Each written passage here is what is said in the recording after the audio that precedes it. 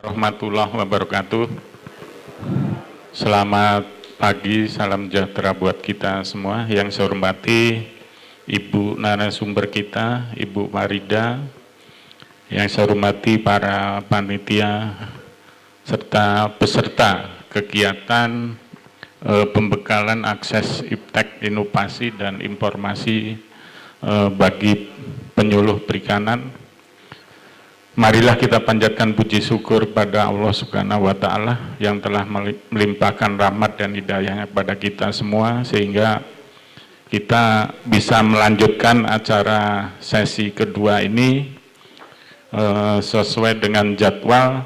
Nanti yang pertama akan disampaikan oleh narasumber kita, yaitu Ibu Farida,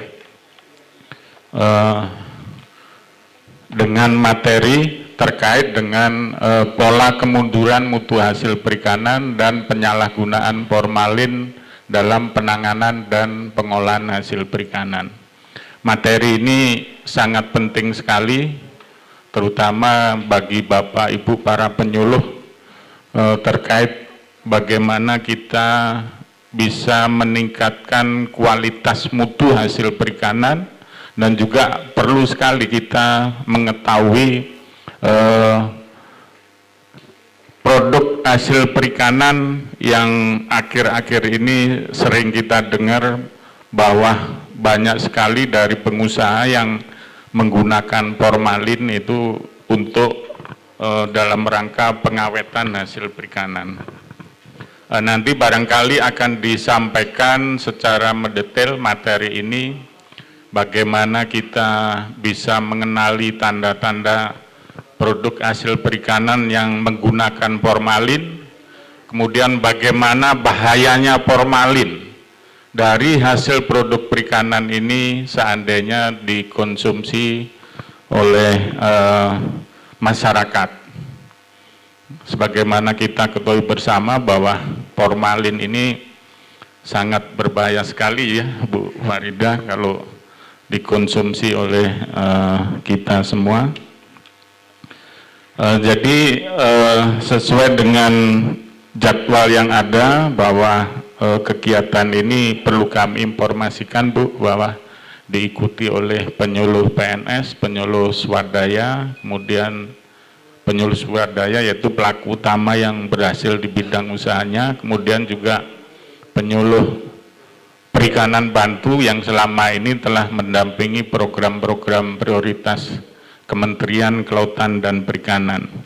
Sebagaimana disampaikan tadi oleh Kepala Pusat Penyuluhan bahwa antara hulu dan hilir, antara pusat penelitian dan pusat penyuluhan ini sangat terkait erat, di mana pusat penelitian sebagai penghasil teknologi inovasi kelautan perikanan, yang nanti teknologi terutama yang terekomendasi ini dimanfaatkan oleh masyarakat melalui pusat penyuluhan, khususnya melalui penyuluh perikanan yang ada di lapangan. Nah, ini sangat penting sekali, ibaratnya kalau Bapak Ibu sebagai penyuluh ini kalau mau perang ini adalah senjatanya. Terutama ini terkait dengan materi penyuluhan, rekomendasi yang harus diaplikasikan, disampaikan kepada pelaku utama.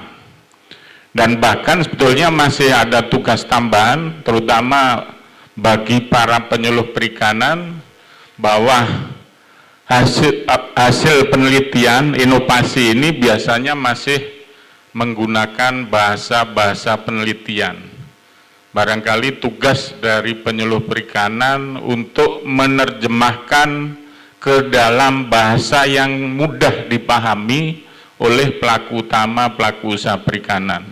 Sehingga hasil penelitian yang baru, yang tepat guna, inovasi yang teknologi yang menguntungkan, itu segera bisa disosialisasikan dan diterima oleh masyarakat kelautan dan perikanan.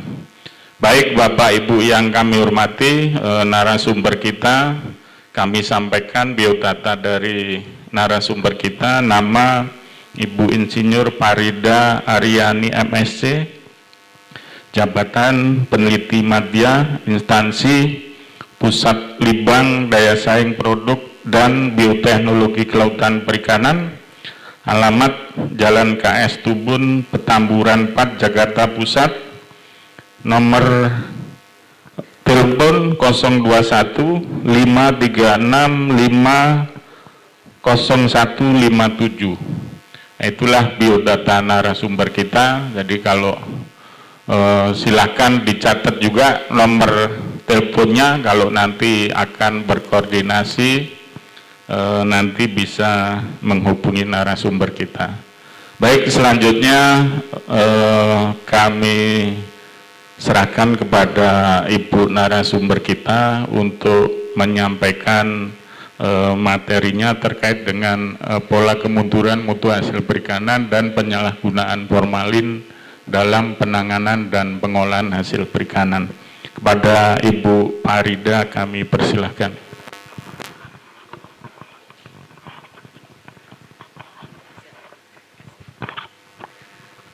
Terima kasih Bapak. Bapak Ibu Pembina dan pejabat lingkup Pusat Penyuluhan Kelautan Perikanan, Bapak Ibu para peserta dari berbagai daerah, dari Pusat Penyuluhan tentunya, dari berbagai daerah. Assalamualaikum warahmatullahi wabarakatuh. Selamat pagi menjelang siang, salam sejahtera bagi kita semua. Pertama-tama tentunya saya mengucapkan terima kasih yang tinggi karena saya diberi kesempatan untuk bisa bertemu dengan Bapak Ibu sekalian. Ini adalah merupakan media yang sangat bagus supaya kita bisa saling bahu-membahu dalam memajukan perikanan kita tentunya. Jadi tanpa Bapak Ibu sekalian, rasanya kami juga pasti akan mengerjakan pekerjaan yang mungkin bolong-bolong karena kami ada di hulu, sementara Bapak Ibu sekalian ada di bagian hilir. Jadi akan bagus sekali kalau kita bisa bersinkronisasi, nanti mungkin kita bisa bertukar informasi atau saling mengisi dalam kesempatan ini. Namun sebelumnya seperti permintaan dari panitia bahwa saya diberi tugas untuk menyampaikan tentang formalin sebetulnya pokok bahasanya, tetapi sebelum ke sana akan ada sedikit gambaran tentang bagaimana pola kemunduran mutu dari produk perikanan. Bapak mohon izin untuk berdiri. Terima kasih.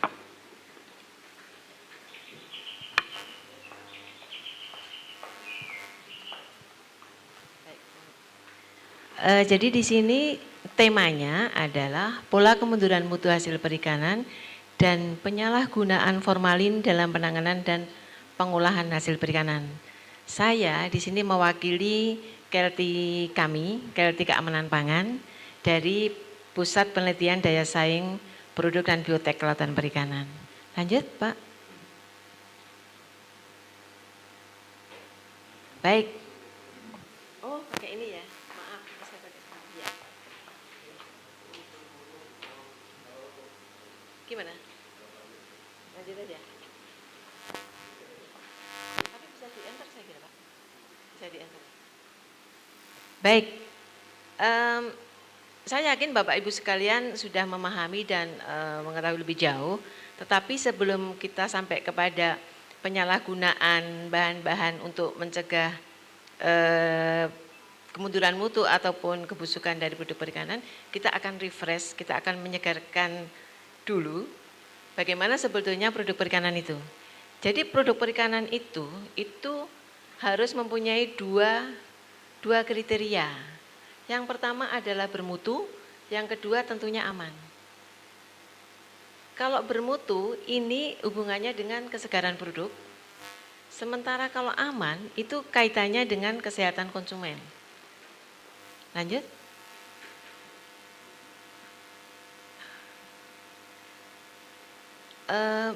Mutu ini tadi saya sampaikan biasanya berhubungan dengan tingkat kesegaran.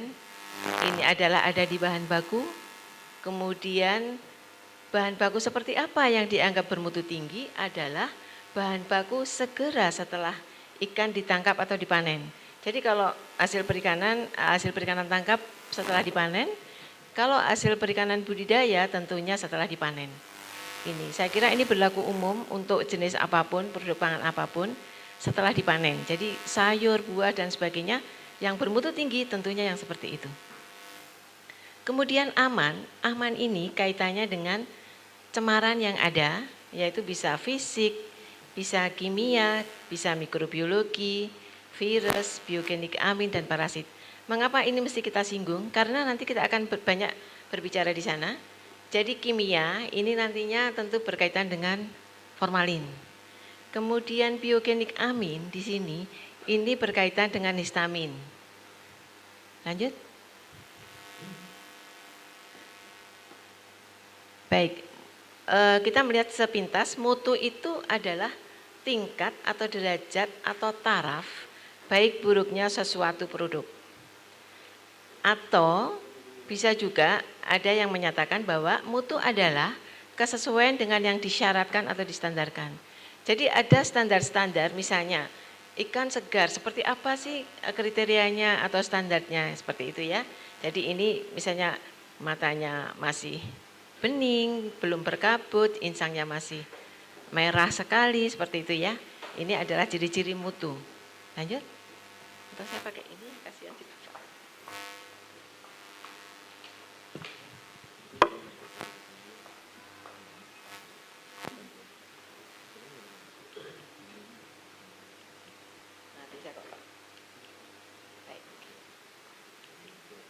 Ya, ini tadi mutu kita udah bicara. Sudah. Nah, sekarang kita akan mencoba melihat ke belakang seperti apa sebetulnya proses kemunduran mutu terjadi. Kita bicara produk perikanannya karena di sini koridor kita adalah hasil perikanan dan kelautan. Pada saat ikan setelah mati, begitu mati setelah ditangkap kemudian mati, itu terjadi maaf.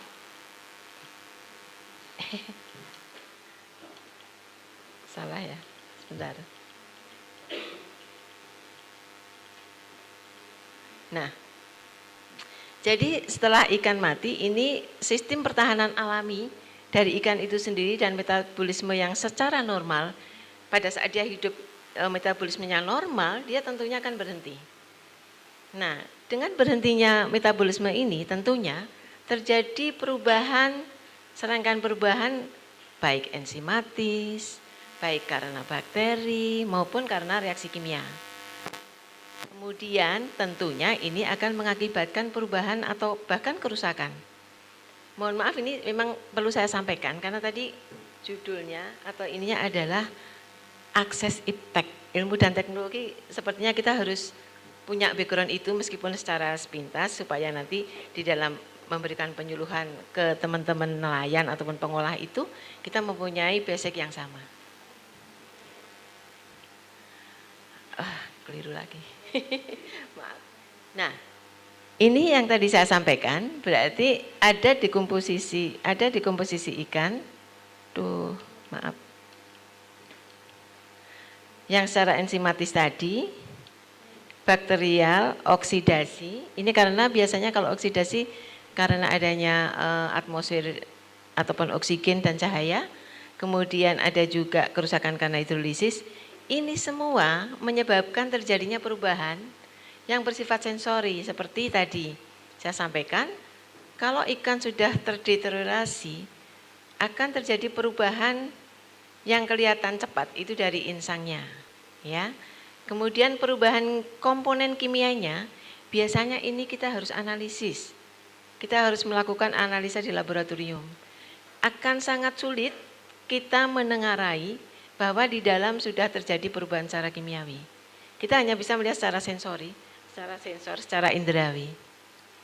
Nah ini menurunkan mutu dan ada sebagian yang menjadi tidak aman.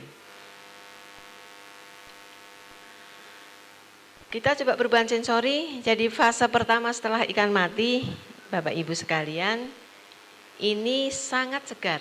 Ikannya sangat segar, rasanya masih manis, kemudian berbau rumput laut, coba Bapak Ibu nanti kalau misalnya mencoba menemui ikan yang baru saja dipanen atau dipanen atau ditangkap itu masih seperti ini.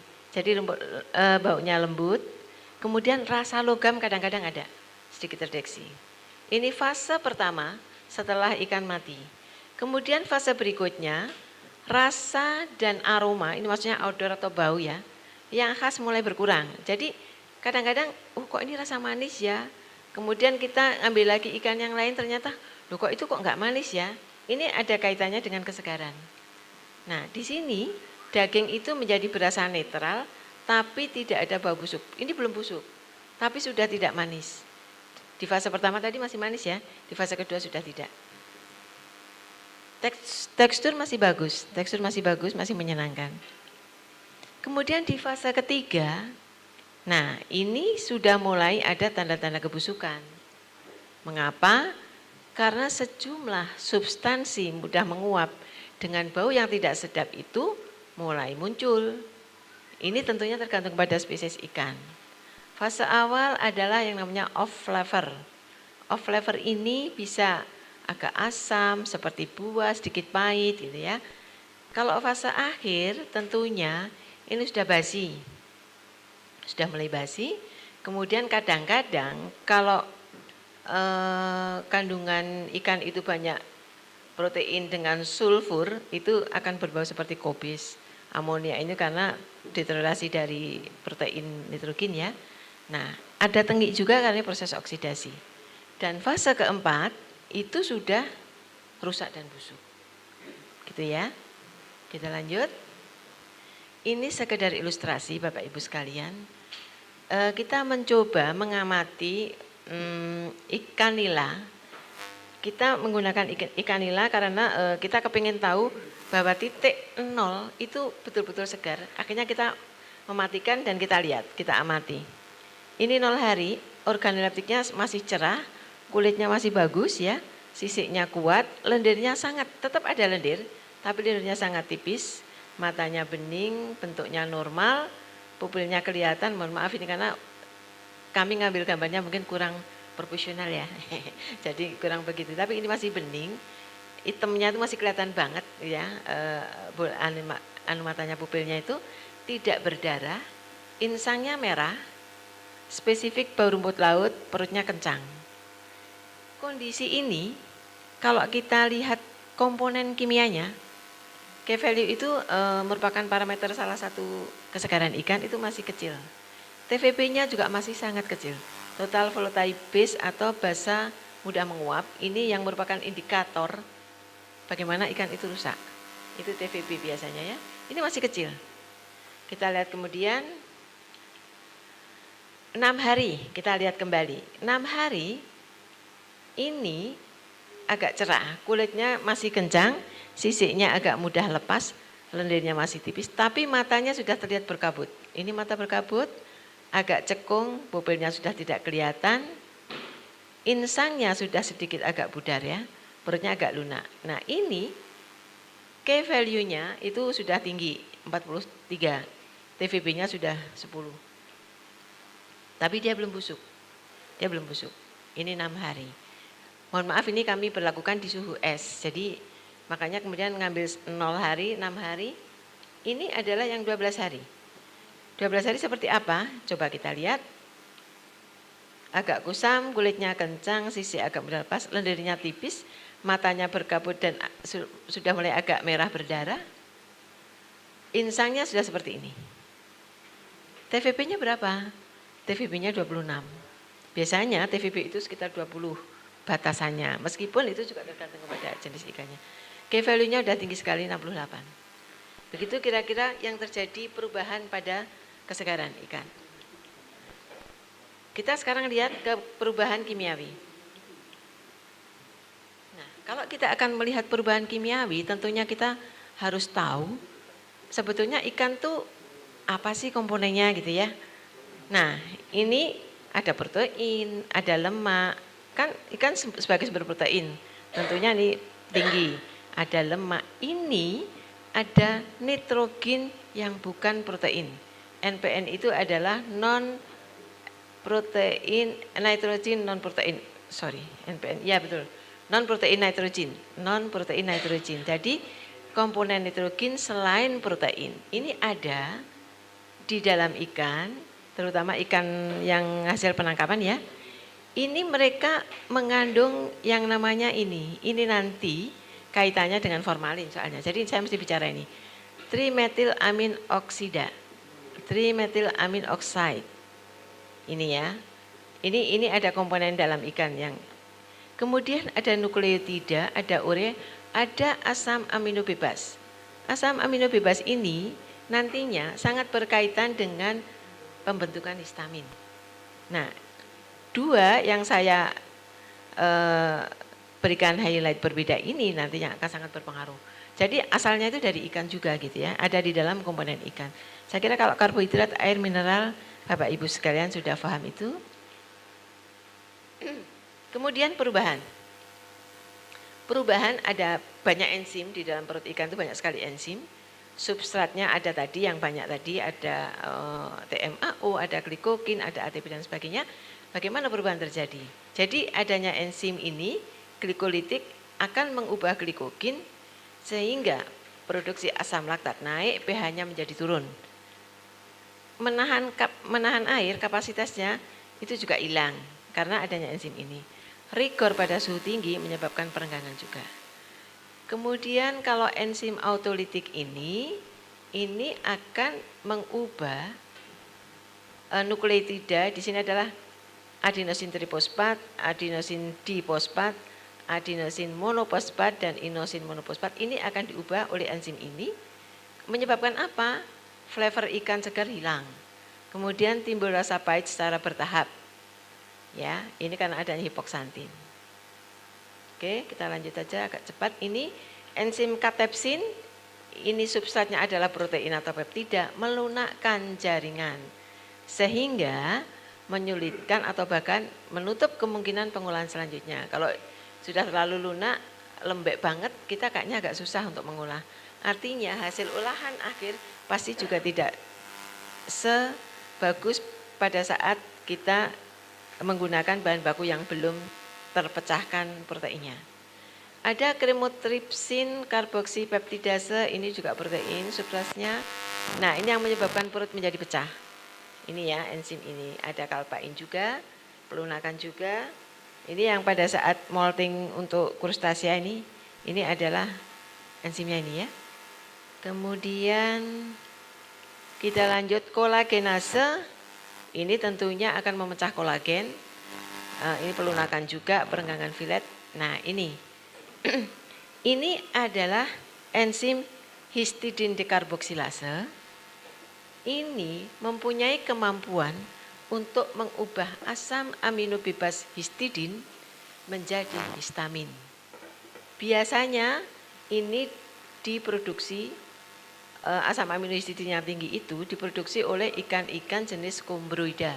Seperti tuna, tongkol, cakalang dan teman-temannya seperti itu. Nanti teman saya Pak Rudi Rianto akan menjelaskan lebih jauh mengenai histidin ini.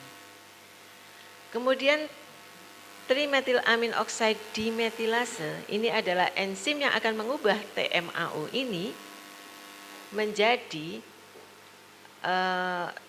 produk-produk pecahannya, salah satunya adalah formaldehid. Ini terjadi pelihatan pada ikan gaduik beku yang dipicu oleh formaldehid. Nanti ini akan saya jelaskan lebih lanjut ya Bapak Ibu sekalian. Jadi bagaimana mempertahankan kesegaran ikan atau kualitas atau mutu ikan ini hanya dengan suhu rendah Bapak Ibu sekalian, saya kira sudah memahami ini, hanya suhu ikan, tidak ada yang lain. Jadi penerapan teknik pendinginan secara terus-menerus dan tidak terputus sejak penangkapan, pemanenan, penanganan, pengolahan, distribusi sampai konsumsi itu harus menerapkan rantai dingin. Jadi Bapak Ibu nanti di lapangan kalau dengan pengolah, membina pengolah, menyuluh pengolah dan seterusnya, mohon ini bekal ini tidak sampai ketinggalan. Jadi ini adalah yang utama, tidak ada gantinya kalau es. Tapi kita akan ini lebih jauh ya. Nah, ini ilustrasi saja bahwa kesegaran ikan itu sangat dipengaruhi oleh suhu. Ini pada suhu 0, ini sampai 6 hari pun masih oke, masih bisa kita konsumsi. Begitu suhunya 5 derajat, 3 hari itu sudah batas ambang layak makan ya. Malah hari ke-6 sudah masuk keranjang ini, masuk keranjang sampah. Suhunya lebih tinggi lagi, 16 derajat, itu hanya sehari. Hari ketiga sudah masuk keranjang sampah. Ini idealnya seperti itu. Pada suhu 30, di mana suhu ruang kita itu seperti ini, nggak sampai 1 hari. Tadi ilustrasi di ikan nila tadi, itu hanya 12 jam. Itu pun dari sangat segar ya. Kalau kita mendapati ikan nila yang ada di lapangan itu sudah mati beberapa waktu, ya nggak akan sampai 12 jam. Gitu ya, jadi 12 jam tadi dari sejak dia dimatikan. Sekarang kita coba bicara keamanan. Karena gini, keamanan dan mutu itu untuk produk perikanan, saya kira tidak hanya untuk produk perikanan, ya untuk produk yang lain, itu merupakan dua mata sisi uang yang tidak bisa dipisahkan. Jadi kalau aman saja, tapi tidak bermutu, ya nggak bisa, nggak mungkin. Atau bermutu kayak kelihatannya segar, tapi ternyata ada racunnya, tidak aman, nggak mungkin juga. Jadi kita mesti bicara ini juga. Oke. Keamanan pangan ini saya mengacu tentang keamanan pangan dari Undang-Undang Nomor 7 tahun 96. Apa sebetulnya keamanan pangan? Merupakan kondisi dan upaya yang diperlukan untuk mencegah pangan dari kemungkinan cemaran biologis, kimia dan benda lain yang dapat mengganggu, merugikan dan membahayakan kesehatan. Jadi ini nanti kalau kita bicara adanya penggunaan formalin, penyalahgunaan, ini berarti sudah tidak aman pangan kita, gitu ya. Nah, didasarkan pada kesesuaian terhadap ada tidaknya beberapa atribut itu yang menyangkut keamanan pangan. Di sini ada logam berat, ada bahan pengawet, kontaminan, kebusukan, pestisida, bahaya fisik dan patogen. Ini bakteri ya. Kita nanti akan banyak bicara di bahan pengawet ini. Kemudian kaitannya dengan toksin nanti Pak Rudi Rianto akan berbicara mengenai histamin. Sebetulnya histamin itu toksin atau racun sebetulnya. Tapi nanti Pak Rudi akan menjelaskan lebih jauh. Oke ya. Sekarang, bahan pengawet yang ini tidak boleh digunakan. Ini adalah kloroform, nitrofuran, formalin dan lain-lainnya. Ini mengacu kepada Permenkes ya, tahun 2012. Nah, ada juga pengawet-pengawet yang diperbolehkan dengan batasan natrium sulfit, kalium sulfit, tapi ini semua kimiawi ya. Kalau kebanyakan pasti tidak bagus ya. Sebaiknya sih kalau kita memang bisa memilih ya menggunakan yang alami gitu. Kita sekarang menginjak kepada formalin itu sendiri ya. Apa itu formalin? Saya kira banyak Bapak Ibu yang sudah paham. Jadi gini, formalin itu merupakan nama dagang formaldehid.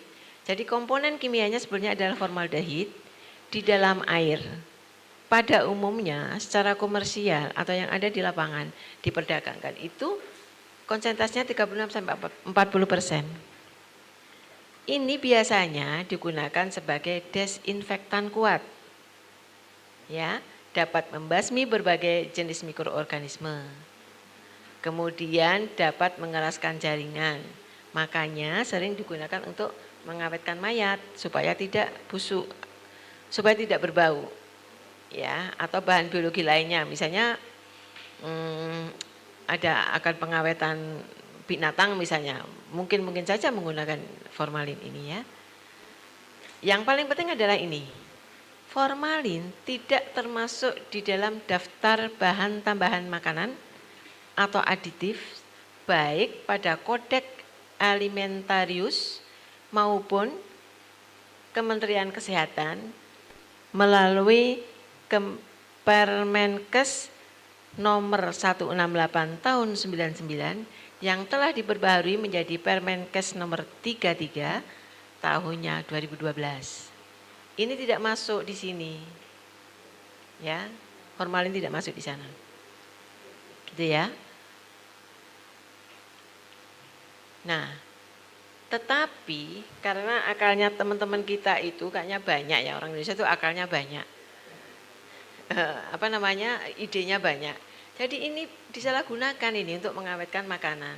Bisa mie, tahu ataupun ikan. Saya kira Bapak Ibu sudah paham sekali. Nah, bagaimana kalau pada makanan? Dia menyebabkan keracunan pada tubuh manusia, bahkan pada dosis tinggi dapat menyebabkan kematian. Ini kalau dosisnya sangat tinggi. Tapi kalau tidak, dia akan terakumulasi, akan menyebabkan kanker, karena dia karsinogenik. Nanti kalau sekarang mungkin kita makan sedikit-sedikit nggak begitu berasa. Beberapa tahun kemudian timbul gejala-gejala seperti itu gitu ya.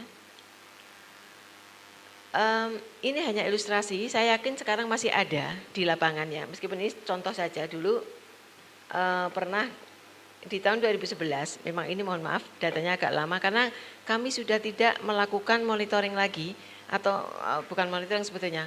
Kami kadang-kadang datang aja ke satu tempat mau ngecek aja, sepertinya masih dipakai enggak sih gitu.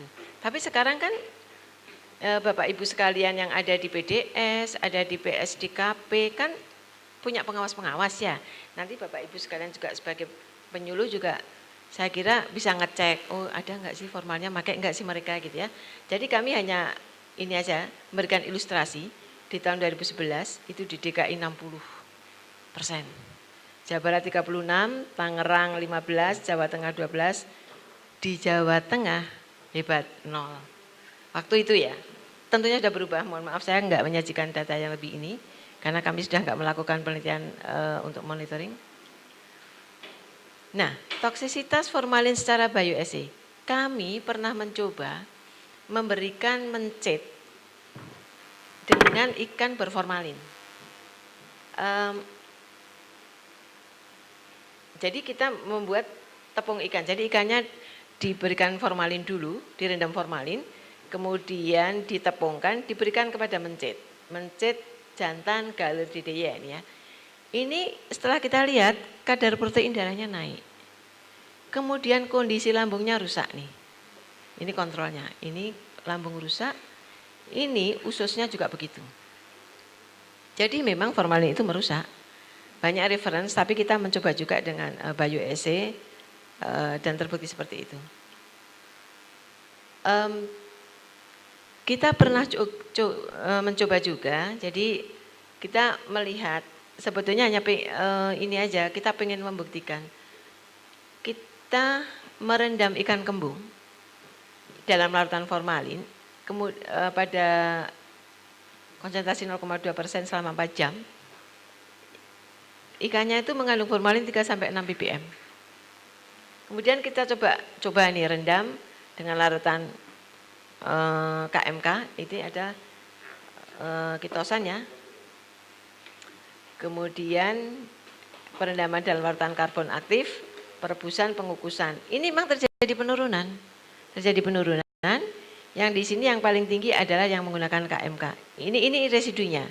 Jadi paling tinggi menurunkan adalah KMK ini, karboksi metil kitosan ya namanya. Nah ini kemudian karbon aktif direbus juga, residunya masih sekitar 40% lebih, ini hanya sekitar 20% nggak sampai. Tetapi di dalam menyampaikan hasil penelitian ini kami tidak merekomendasikan apa, karena kita dilarang saja, kita sudah banyak sekali teman-teman dan pengolah itu menggunakan. Nanti kalau wah ini bisa dikurangi, pasti mereka dengan senang hati menggunakan, toh bisa kurang gitu. Jadi sebetulnya hanya pengetahuan, sebetulnya bisa, tapi sekali lagi tidak bisa hilang. Pasti tetap akan ada residu di dalam ikan itu, di dalam badan kita, mohon maaf. Jadi gitu ya. Ini sekedar pengetahuan terkait formalin. Nah, sekarang formalin perlu pengujian tidak? Perlu ya, tadi disampaikan oleh Bapak Moderator bahwa seperti apa sih ikan yang berformalin. Sebenarnya begini Bapak Ibu sekalian, ikan atau makanan yang berformalin itu tidak dapat dideteksi secara visual. Karena apa? Formalin itu tidak menyebabkan perubahan rupa, bau, warna ataupun rasa kecuali memberikan formalinnya itu tinggi sekali dan masih agak baru ya. Jadi begini, ini pengalaman kami. Waktu itu kami kan datang aja ke pengolah-pengolah gitu. Di pengolah ikan asin kita mendekati gitu ya. Oh ini nggak pakai kok Bu, ini nggak pakai pengawet ya Bapak Ibu. Oh enggak ini Bu, ini nggak pakai pengawet gitu. Tapi kita mendekat saja dalam jarak 1 meter itu uap formalin, bau formalin itu kenceng sekali. Jadi nggak mungkin nggak pakai. Itu memang nggak bisa dibohongi. Tetapi dari ikannya sendiri itu nggak kelihatan. Begitu setelah dijemur, karena formalin itu mudah menguap, begitu dijemur udah nggak kelihatan. Pada saat proses penjemurannya, kami datang ke para-para itu, mendatangi para-para penjemuran itu, baunya memang ini mata kita pedih gitu ya, seperti kalau kita datang ke toko tekstil gitu. Tapi begitu sudah kering, tidak akan berbau gitu ya. Jadi agak susah. Untuk itu diperlukan reagen penguji untuk mengetahui oh ikan ini berformalin, oh ikan ini enggak gitu ya. Nah, pengujian itu bisa dilakukan secara kuantitatif. Tentunya ini dilakukan di laboratorium menggunakan peralatan yang macam-macam ya. Ada spektrofotometer, ada mixer ya dan sebagainya. Tapi kita bisa menguji secara kualitatif. Kualitatif ini ada tidaknya. Nah, ini bisa dilakukan di lapangan dengan metode yang sederhana tentunya. Gitu ya, Bapak Ibu sekalian. Nah, pengujian maaf ini enggak perlulah, ini terlalu. Ini yang ada di laboratorium. Saya kira kita tidak akan membahas yang kuantitatif secara rinci. Ini agak kompleks ya. Pengujian kualitatif saja. Ini yang antilin, kit antilin itu dasarnya adalah pengujian kualitatif. Nah, bagaimana kita mendesain atau membuat kit antilin itu? Kita mengacu kepada metode kuantitatif sebetulnya, Bapak Ibu sekalian, ini ya acuannya. Kemudian kita sederhanakan. Bahannya adalah senyawa berwarna fusin yang akan bereaksi dengan senyawa turunan aldehid, membentuk warna merah sampai ungu. Ini. Nah, kemudian setelah kita memformulakan ini, kita coba efektivitasnya untuk larutan formalin dengan pembanding test kit merek dan komersial lokal. Ini hasil uji sensitivitas kit formalin ya, Bapak Ibu sekalian. Jadi untuk larutan formalin dengan konsentrasi 2000 ppm, ini warnanya ungu pekat. Sampai 1000 ini masih ungu pekat. Begitu 100 ppm itu kepekatannya berkurang. Terus sampai dengan 0,5 ini tidak bening. Jadi kalau 1 masih terbentuk warna ungu tapi sangat tipis. 0,5 ppm itu bening tidak berwarna. 0,1 bening tidak berwarna sama dengan aqueous atau air. Gitu ya Bapak Ibu sekalian. Nanti Bapak Ibu sekalian sore atau sesudah istirahat yang kedua barangkali ya, nanti akan demo, akan praktek. Nanti teman saya ada yang akan memandu Bapak Ibu sekalian untuk bisa mempraktekkan penggunaan kit ini. Kurang lebih seperti ini Bapak Ibu. Jadi kondisi perubahan warna tes kit formalin. Ini adalah 100 ppm tadi, ini 10 ppm, ini 0, ini air ya. Jadi perubahannya seperti ini antilin. Ini sebetulnya sudah kita patenkan, karena persyaratan untuk mengajukan paten harus ada pembandingnya. Dulu kita menemukan kit antilin yang lain di pasaran, yang, ini adalah Chemkit itu kok tidak terjadi perubahan, gitu ya. Jadi di bagian paten HKI sana, Direktorat Jenderal HKI itu menanyakan kelebihannya apa dari kit yang lain gitu. Kebetulan kami punya data ini ya. Nah, jadi kita sampaikan begitu. Ini adalah bentuknya, artinya wujudnya antilin seperti ini. Saya yakin Bapak Ibu, sebagian dari Bapak Ibu barangkali sudah familiar dengan ini. Di dalam kardus ini terdapat 4 botol, jadi 2 botol kosong. Ini yang akan kita pakai untuk menampung ikannya ya. Ini botol yang berwarna biru ini adalah reagennya. Jadi kita punya reagen A dan reagen B. Di dalamnya juga kita lengkapi dengan syringe. Syringe ini apa fungsinya? Ini digunakan untuk mengambil cairan dari ikan yang telah kita panaskan. Nanti kita akan melihat prosedurnya. Kita punya dilengkapi dengan prosedur di sini Bapak Ibu. Jadi di dalamnya itu ada prosedurnya, ada syringe-nya, ada botol untuk melihat apakah positif atau negatif. Yang ini adalah reagennya. Itu ya. Coba kita akan melihat prosedur penggunaan. Jadi yang pertama Bapak Ibu sekalian, saya nggak tahu apakah bisa kebaca di belakang ya? Enggak ya? Saya bacakan ya Bapak Ibu sekalian, nanti praktek akan lebih jelas. Jadi pertama, ikan dicincang sekecil mungkin, atau blender. Kalau blender kan kita di lapangan nggak bawa blender ya Bapak Ibu ya, susah kan. Jadi kita cop aja, kita cacah aja pakai talenan gitu ya gitu. Sampel yang akan diuji itu sebanyak kurang lebih 10 gram. Bapak Ibu nggak perlu bawa alat timbangan. Ya kira-kira betul. Jadi 1 sendok makan lah gitu ya, kira-kira gitu. Kemudian di sini ya. Kemudian tambahkan air panas sebanyak 20 ml. Nah ini air panasnya bagaimana? Bapak Ibu bisa membawa kayak termos ya. Kayak termos kecil gitu yang diisi air panas, nggak harus mendidih kok, air panas. Ini fungsinya apa? Fungsinya ini adalah untuk mempercepat pengeluaran formalin yang ada di dalam, supaya kita bisa cepat ketangkap oleh reagennya, kemudian kita bisa deteksi. Mohon maaf. Gitu ya. Lalu diaduk dan biarkan dingin terlebih dulu. Jadi dari panas tadi diaduk, biarkan dingin dulu. Setelah itu kan tentunya ada potongan cacahan ikan plus air ya tadi ya Bapak Ibu ya. Kemudian diambil cairannya saja. Cairan sampelnya itu tadi yang sudah kita aduk-aduk campur ikan sama air panas tadi. Kita ambil aja air panasnya itu, ekstraknya kalau istilah ekstraknya ya. Itu sebanyak 5 ml. Bagaimana mengukurnya? Bapak Ibu sekalian tadi punya ini kan? Punya syringe. Ini ada di dalam kit itu. Jadi syringe ini dipakai untuk mengambil cairan itu sebanyak 5 ml, Bapak Ibu ya. Kemudian tambahkan di dalam, masukkan ke botol-botol yang kecil tadi ya, yang bening tadi. Jadi masukkannya ke sini Bapak Ibu. Cairan itu di sini dan di sini, gitu ya.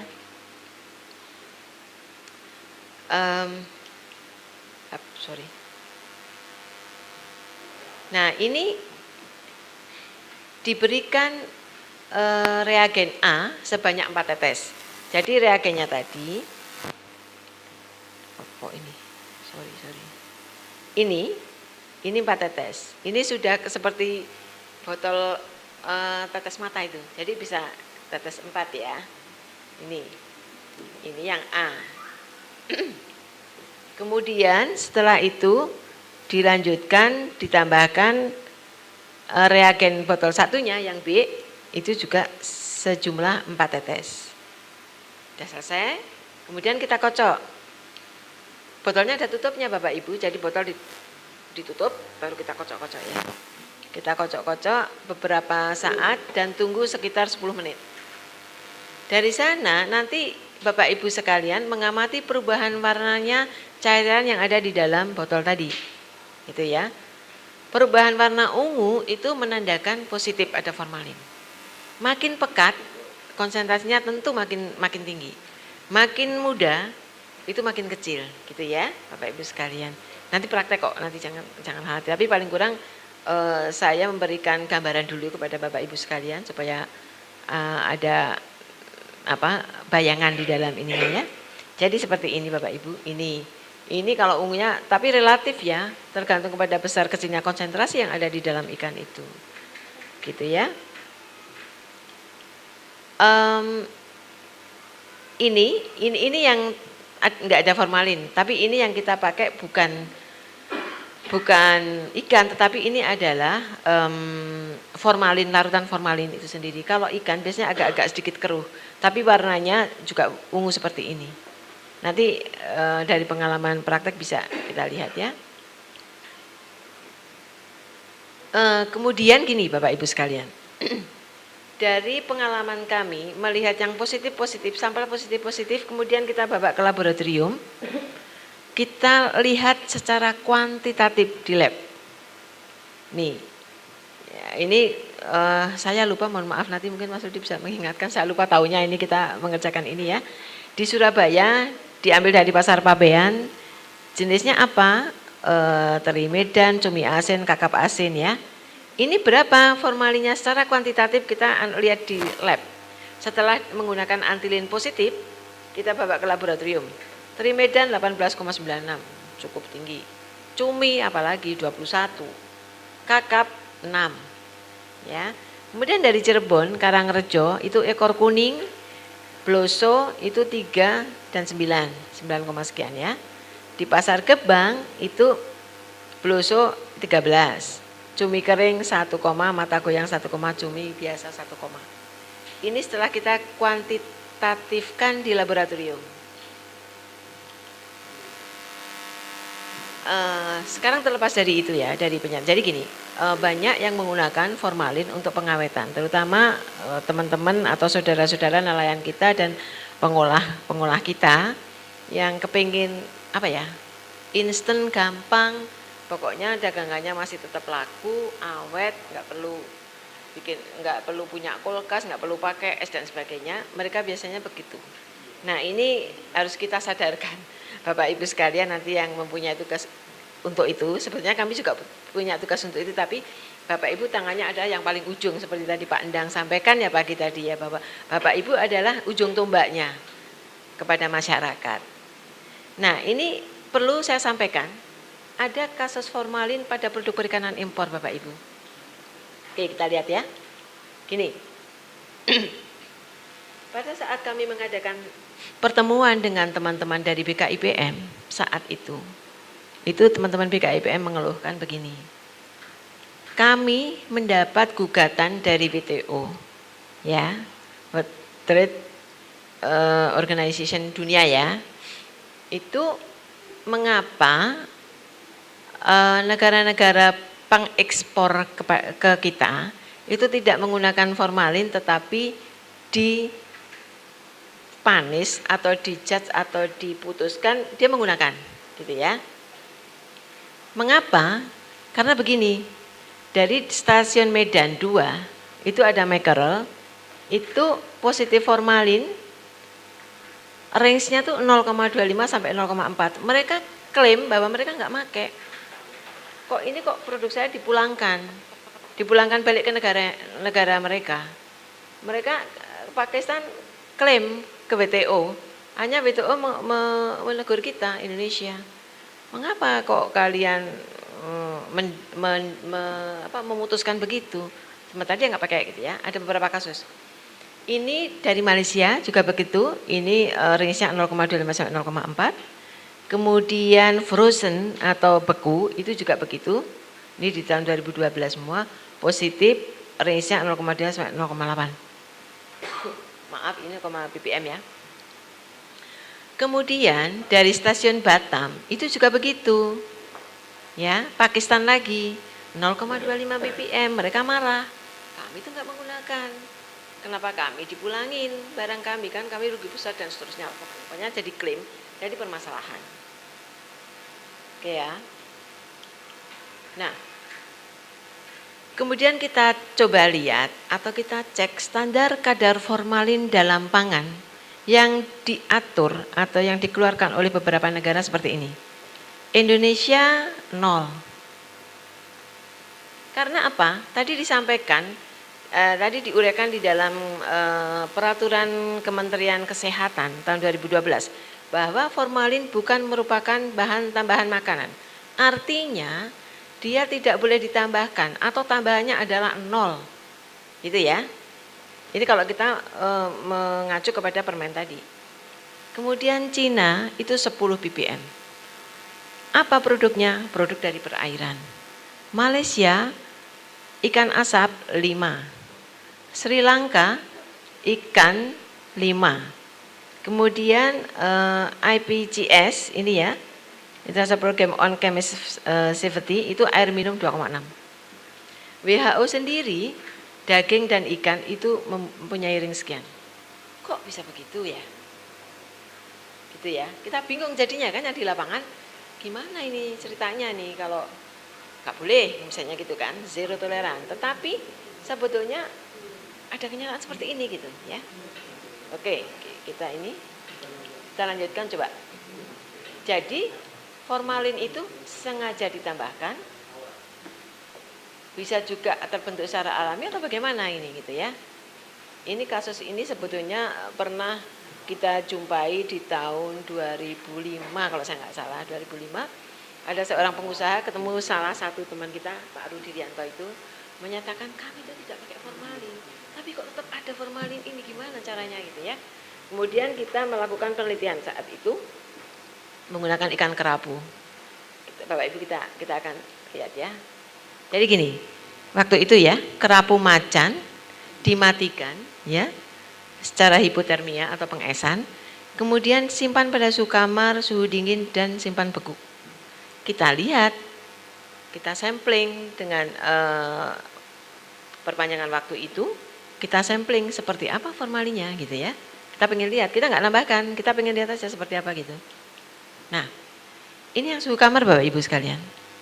Jadi yang suhu kamar ini pada jam ke-16 itu masih kecil kan, 0,3, 0,25.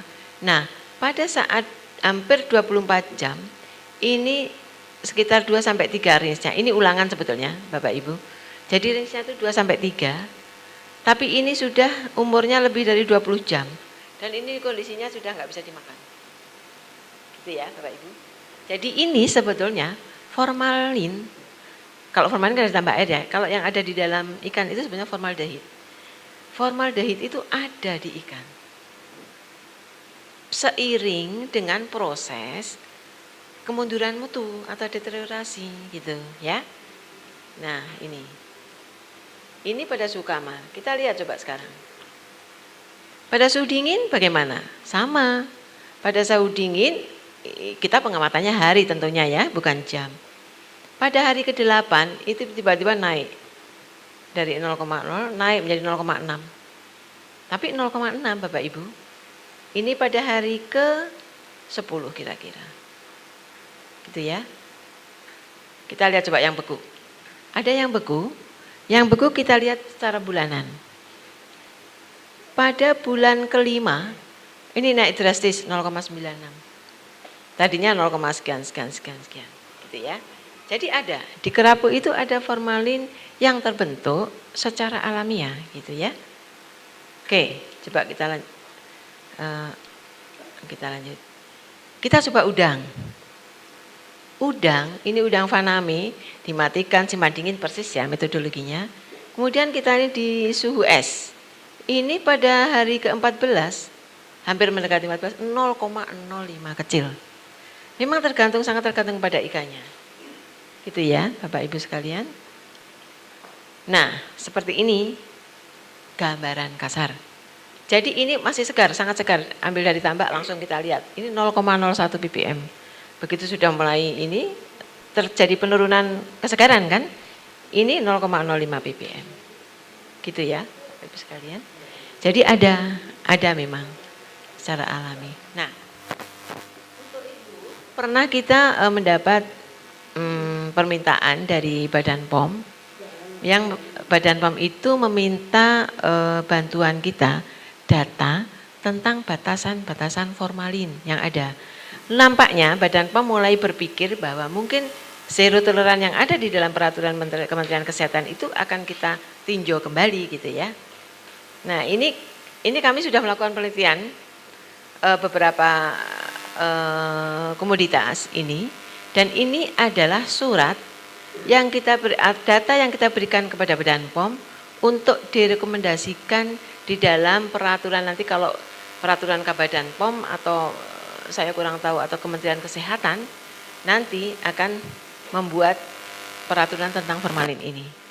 Jadi 2 ya, sekitar 2, 3 dan sebagainya ini beku, yang ini adalah es.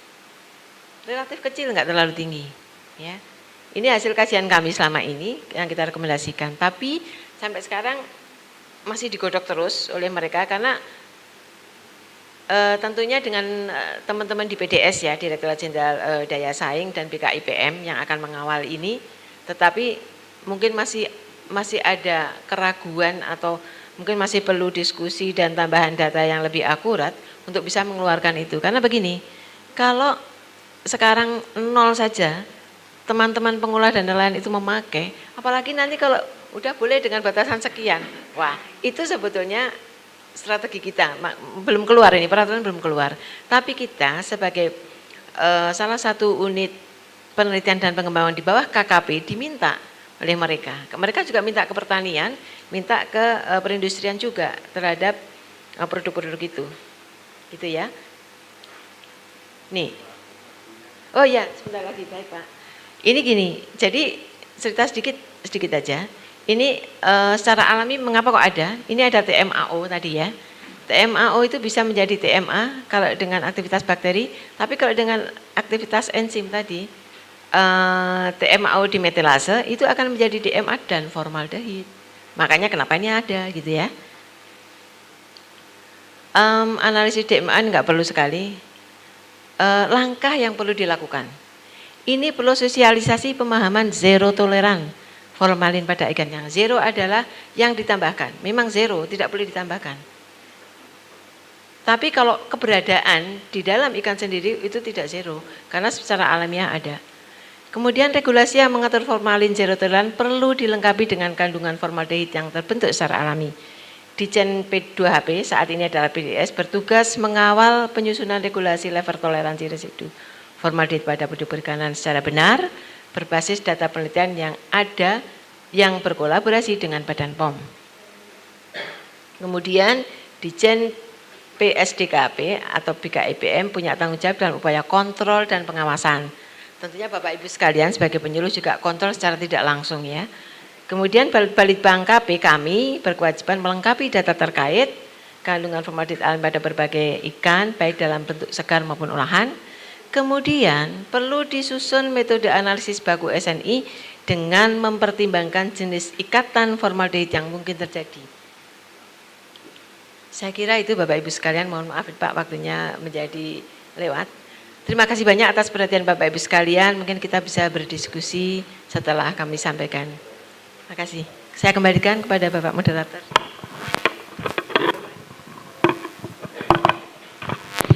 Terima kasih kepada Ibu narasumber kita yang telah menyampaikan materinya. Bapak Ibu yang kami hormati, seperti disampaikan oleh narasumber kita tadi bahwa yang terakhir disampaikan Bapak Ibu para penyuluh diharapkan juga bisa berperan dalam melaksanakan pengontrolan dan pengawasan terhadap penggunaan formalin terutama terhadap produk hasil perikanan. Jadi ini menjadi tugas kita bersama untuk melakukan pengawasan. Kemudian yang kedua, bahwa formalin ini adalah merupakan bahan pengawet yang tidak boleh digunakan kepada produk hasil perikanan. Karena kalau secara kasat mata ini kita lihat bahwa misalnya hasil produk perikanan yang digunakan formalin itu tidak akan kelihatan terhadap perubahan rupa, bau, ataupun warnanya. Tapi ini efeknya ini sangat berat sekali, yaitu salah satunya bisa menyebabkan keracunan atau bahkan kalau kandungan formalinnya besar, ini juga bisa menyebabkan kematian. Kemudian standar kadar formalin tadi disampaikan ada beberapa negara yang sudah ditentukan kalau Indonesia itu nol, artinya tidak boleh menggunakan formalin, ada dari Cina, ada dari Sri Lanka, bahkan WHO sendiri sampai 20% Bu ya untuk penggunaan formalin ini yang barangkali perlu kita pahami bersama bahwa formalin itu sangat berbahaya apabila digunakan sebagai bahan pengawet untuk produk olahan hasil perikanan. Selanjutnya kita lanjutkan acara diskusi. Apabila ada yang mau memberikan saran atau memberikan pertanyaan, kami persilahkan. Ya, 3 dulu ya. Silakan sebut nama dan asalnya, Pak.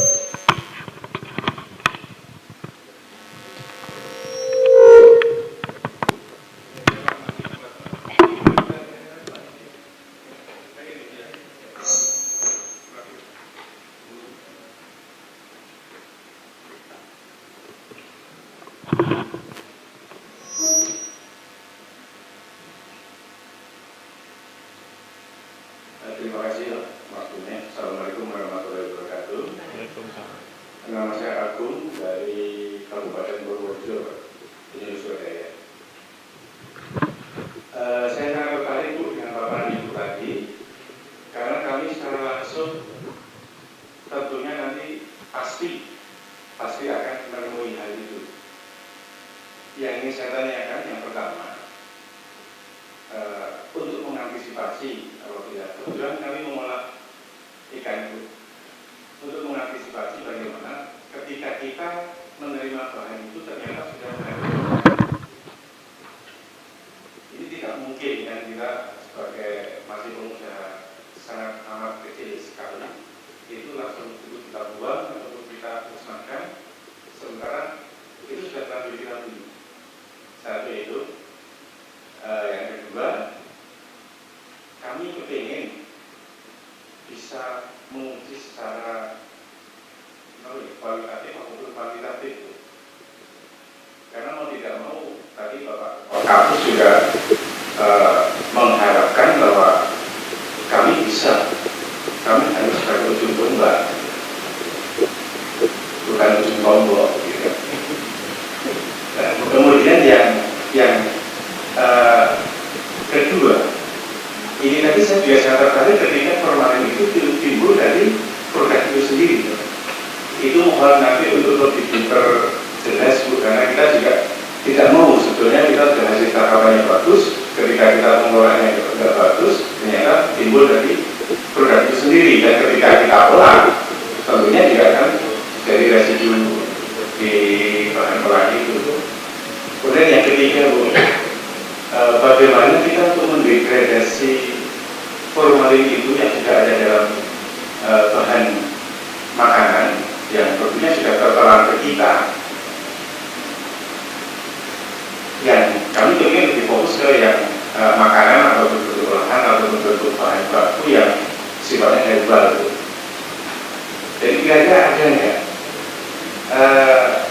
bahan makanan atau sayuran atau buah yang kira-kira bisa mendegradasi unsur-unsur yang tidak terlanjur kita telan, karena itu juga menurut saya merupakan prinsip kami menciptakan makanan yang layak untuk dimakan, dan itu tentunya sebagai impact untuk kedepannya kita juga tidak ingin menciptakan makanan yang tidak sehat.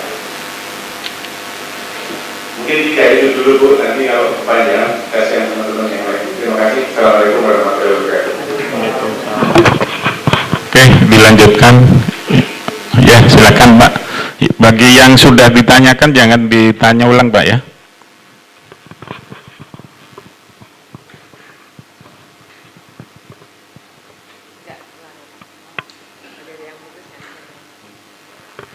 Nggak bisa.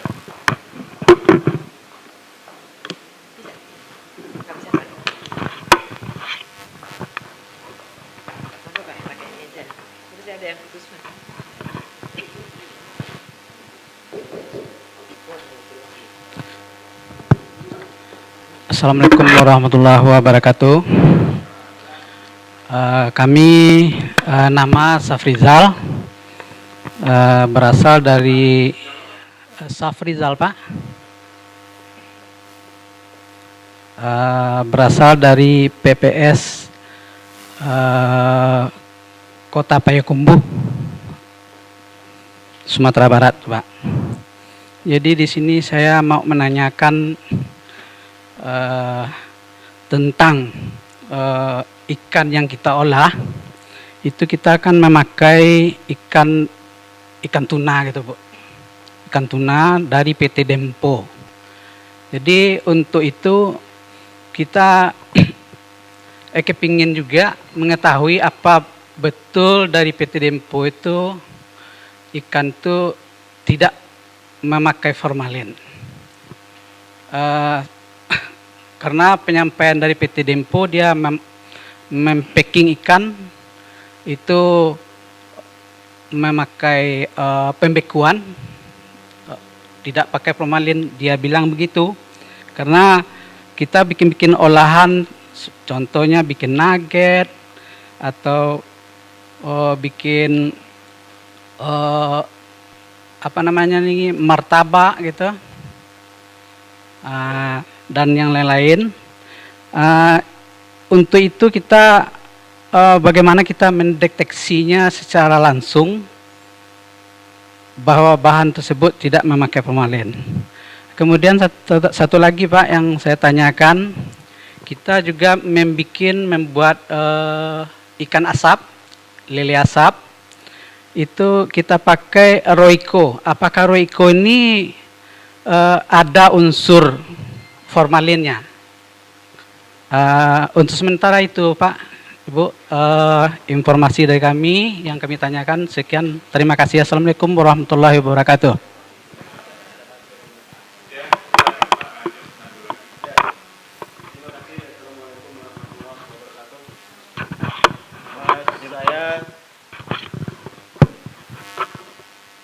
PPS dari Kabupaten Lombok Timur, Nusa Tenggara Barat. Nama Mariunadi Apianto atau dipanggil Yuda Pak. Ya, maaf Bu, kalau masalah formalin memang sudah lama kita dengar Bu. Namun tadi saya garis bawahi ada pengolahan atau pengawetan dengan menggunakan es. Ya Bu ya. Nah selain itu Bu, pertanyaan saya, selain itu adakah teknik atau penemuan dari Balitbank selain es atau selain garam untuk pengolahan atau pengawetan ikan selain dari formalin atau zat kimia lainnya? Nah itu pertama Bu. Nah yang kedua, ini mungkin kayaknya keluar di konteks tapi masuk ke formalin. 1 minggu sebelum saya menerima undangan untuk mengikuti pembakaran akses ini, saya sempat membuat proposal Bu untuk hal yang sama, namun belum selesai sampai rapnya. Nah kira-kira ketika sepulang saya dari sini, bisa ndak atau ada ndak anggaran untuk kegiatan sosialisasi masalah dampak formalin dalam pengolahan ikan? Itu saja. Terima kasih. Assalamualaikum warahmatullahi wabarakatuh.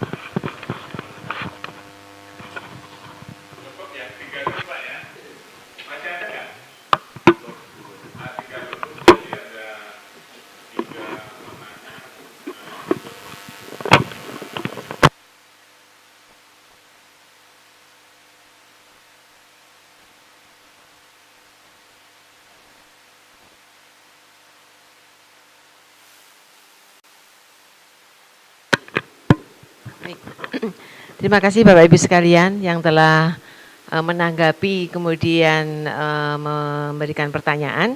Mungkin ini jadi forum diskusi bagi kita Bapak Ibu sekalian ya.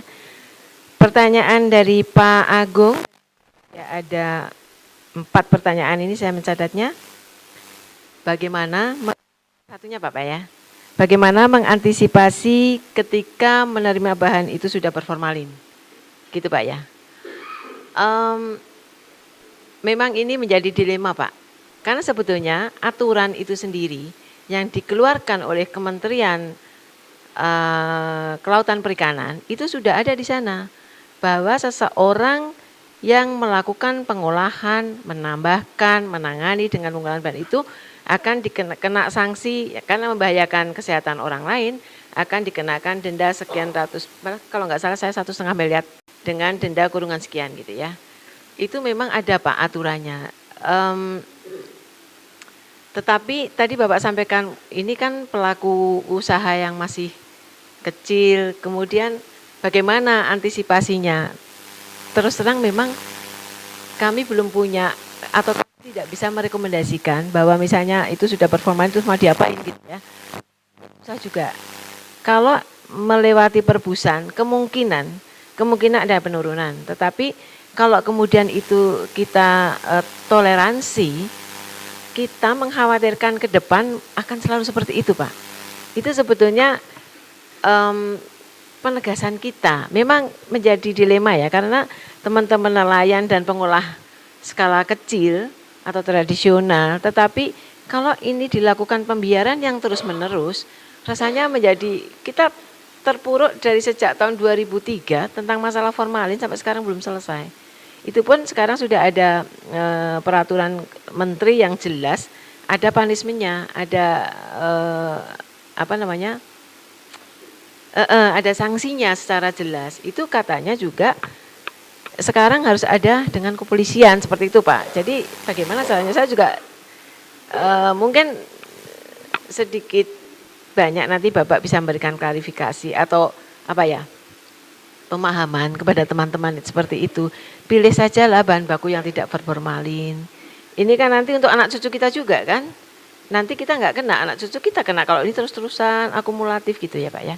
Saya terus terang tidak bisa memberikan rekomendasi harus diapakan gitu Pak. Karena memang sudah ada di sana agak sulit untuk dikeluarkan.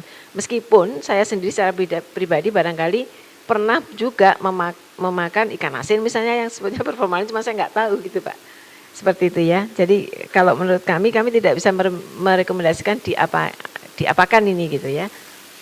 Karena kami lebih melihat kepada akibatnya nanti ke depan kan akan terus begitu, khawatirnya seperti itu. Nah, kalau keinginan Bapak akan menguji secara kualitatif maupun kuantitatif, monggo Pak, bisa. Nanti kan akan ada demo untuk penggunaan kit itu Pak. Bapak bisa langsung ke lapangan, bisa melihat secara langsung.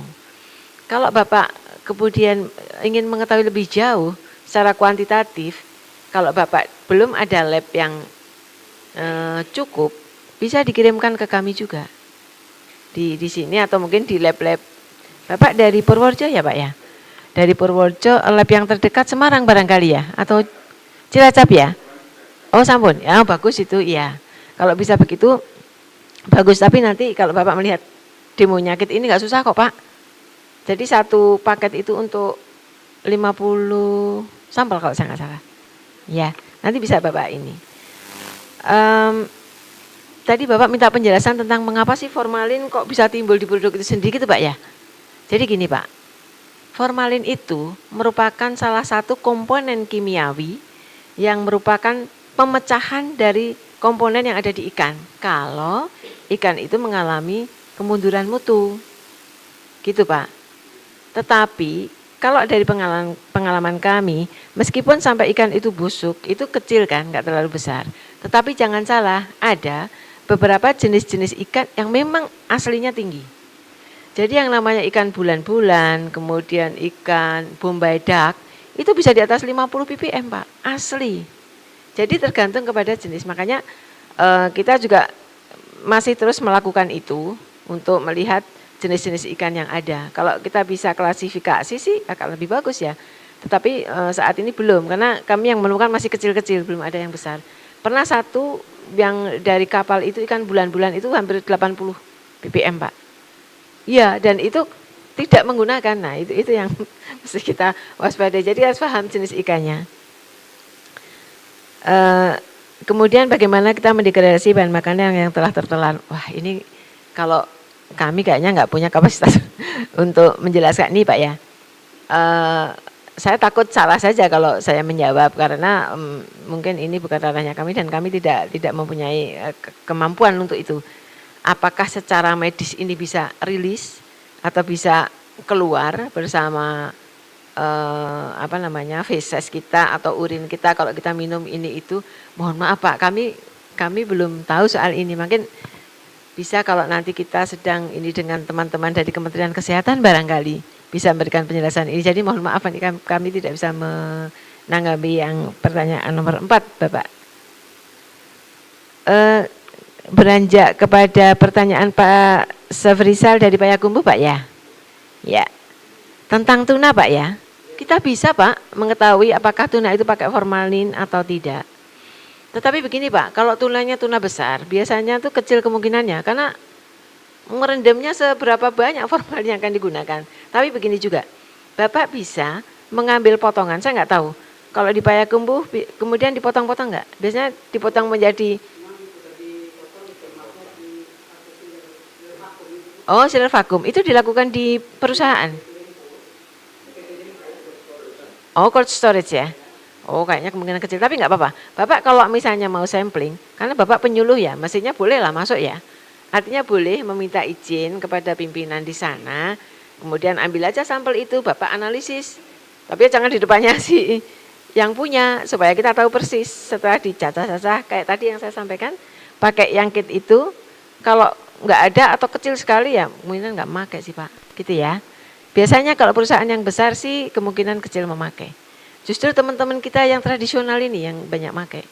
Yang UKM-UKM kecil ini. Karena fasilitas mereka nggak punya. Es juga nggak ada fasilitas, nggak ada kulkas nggak punya, mereka pendingin nggak ada gitu. Itu yang kayaknya menjadi agak sulit memang. Tapi pembinaan kan harus kita lakukan ya Pak ya. Kemudian ikan asap. Tadi terkait pertanyaannya apakah Royco ada unsur formalinnya gitu ya? Nggak ada Pak, ya nggak ada. Royco itu Pak, itu hanya menambah rasa, ya menambah rasa. Biasanya dibuatnya dari kaldu Pak itu, atau bisa kaldu ayam, bisa kaldu udang, bisa kaldu. Tapi tidak ada formalinnya Pak, insya Allah. Itu kan kering ya Pak, bubuk kan, bubuk kering kan. Royco itu bubuk kering Pak, ya. Jadi produk-produk kering tuh nggak pakai formalin Pak. Karena kan begitu dikeringkan juga formalnya nggak ada, tapi kalau itu memang nggak pakai itu. Jadi boleh lah kalau pakai Royco. Kalau menurut saya sih, kalau untuk penambah rasa saya kira nggak terlalu masalah. Baik, kepada gitu Pak ya. Nanti kalau barangkali masih ada yang kurang puas, nanti bisa ngobrol lagi dengan saya. Kepada Pak Mario atau Pak Yuda dari Lombok Timur Pak ya. Nah ini dia. Apakah ada pengawet temuan Balitbank itu Pak ya? Wah ini kami udah nyari dari tahun berapa ya. Enggak ada yang seefektif formalin Pak, enggak ada. Kami menggunakan banyak sekali bahan alam yang kita coba Pak. Ada yang efektif tapi kemudian jadi coklat produknya. Ada yang efektif jadi getir gitu.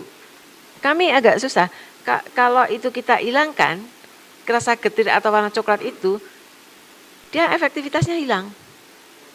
Gitu. Jadi ini kami masih mencari gitu Pak. Memang banyak yang menanyakan sih, teman-teman BKIPM juga menanyakan. Kami sudah mencoba banyak sekali. Ada picung, ada sirih, ada teh, ada kecombrang, ada binahong. Tapi kok tidak ada yang celing kayak formalin. Itu yang kami masih, sekarang juga kami masih mencari sih Pak, masih mencari itu gitu. Asap cair pernah, kami pernah mencoba asap cair Bapak Ibu, bagus, ada efektivitas. Mengapa? Karena mereka punya fenol untuk mengawetkan Pak. Tapi itu hanya khusus untuk ikan yang akan diolah jadi asap. Kalau tidak, pasti orang nggak mau. Ikan segar berbau asap, orang nggak akan mau kan? Efektif itu Pak, efektif. Kita nyoba itu, nah jadi ada beberapa kendala yang seperti itu. Paling rekomendasinya bisa pakai asap cair tetapi untuk produk asap. Gitu Pak, ya kan sama saja jadinya kan. Ikan segar nggak bisa. Bukan nggak bisa, konsumen nggak akan mau. Karena rasa dan baunya asap itu melekat kuat. Itu kendala-kendala yang memang kami hadapi. Tapi nggak apa-apa, kita sharing. Mungkin Bapak Ibu bisa memberikan masukan kepada kami supaya nanti kita bisa teliti sesuai dengan apa yang dibutuhkan di lapangan. Saya kira mungkin begitu Pak ya. Kemudian yang kedua Pak, apakah ada dana untuk sosialisasi bahaya formalin? Barangkali ini bukan di kita Pak ya, mohon maaf. Mungkin Bapak bisa bekerja sama dengan teman-teman di PDS, di Direktorat Jenderal Daya Saing, di mana mereka memang membina. Kalau membina pasti ada dana sosialisasi ini. Jadi nanti Bapak bisa ketemu salah satu Ibu Direktur pengolahannya, itu di sana ada pembinaan Pak, kepada pengolah dan UKM, pelaku industri maupun UKM ada. Di BKIPM yang memang merupakan pusat manajemen mutu secara keseluruhan untuk produk perikanan, mereka juga memonitoring. Jadi ini bisa ke PDS atau ke BKIPM Bapak. Kalau di kami rasanya bukan tupoksi kami, kayaknya kalau sosialis seperti ini mohon maaf untuk itu. Saya kira itu Bapak Ibu sekalian, saya kembalikan monggo Pak kepada Bapak moderator. Terima kasih kepada Ibu narasumber, Bapak Ibu yang kami hormati. Saya kira demikian diskusi kita pada kesempatan ini. Mungkin apa yang disampaikan oleh narasumber kita tadi bisa kita jadikan pegangan dalam rangka untuk melakukan pengawasan, pembinaan terhadap pengolahan produk hasil perikanan, terutama yang dilakukan oleh pelaku utama, pelaku usaha perikanan kita. Mungkin nanti juga selanjutnya ada sesi uji kualifikasi Bu ya. Mungkin pada kesempatan itu Bapak Ibu bisa mengamati secara langsung, melihat secara langsung sehingga nanti bisa mengaplikasikan di lapangan terhadap olahan produk hasil perikanan. Saya kira demikian, terima kasih Pak kita ucapkan kepada narasumber kita yang telah memberikan pencerahannya pada hari ini kepada kita semua.